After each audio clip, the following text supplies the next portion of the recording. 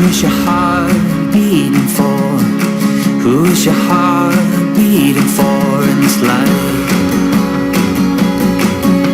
Bending over backwards, she still knows. So let me ask you this, because what we just covered there was kind of your professional transition from chaos to courage and clarity. What was the personal transition like? Because it's one thing to be able to leave a job and start a new job and get a new job.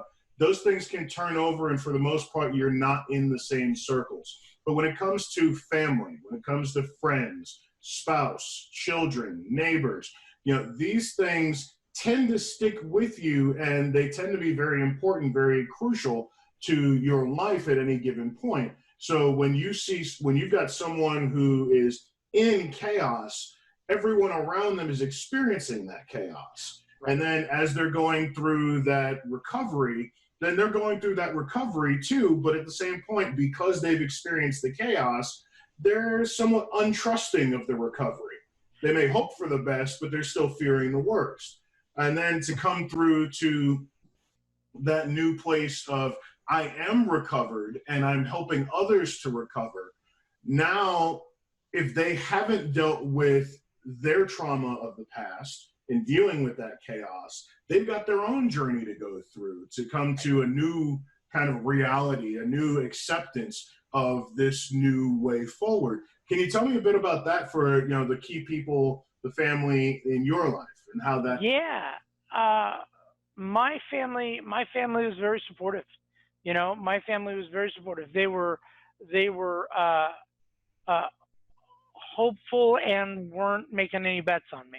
They were very hopeful. I had estranged my family at the very end, and kind of surfaced when I gotten sober. I'd been sober a few days, and they were hopeful and skeptical. I guess in equal measure. And that's probably as realistic as anyone can be once you've gone through chaos long enough. Right. My fi showed up on my father's doorstep, and the thing that my father said was we're here for you, and if you need to stay here, that's just fine. Don't unpack, right? If you need to stay here for a couple of months, stay here for a couple of months. If you need to stay here for a few years, stay here for a few years.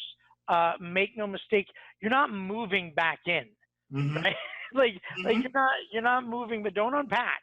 Yep. Right? We will support you as long as you are on this journey. And they were, they were, I want to say, right with that, and it was the kindest thing they ever did. So they got to witness those early years, and I was with them for about a year and a half when and in that first year of recovery, I met someone who would become my first wife, and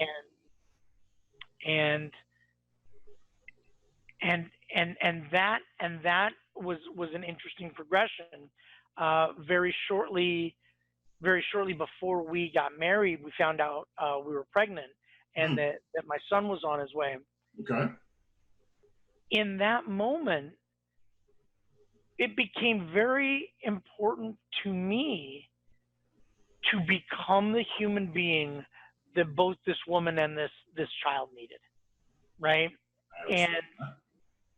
And whatever, and it was trial and error, and it was the willingness to fail, it was the willingness to be vulnerable, it was the willingness to, but what I really wanted, having been given a second shot at this whole deal, was to not blow it.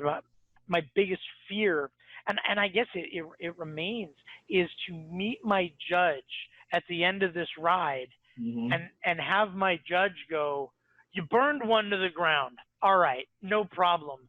I gave you a second one, and this is all you did with it? Like, this was it? Like that's my biggest fear.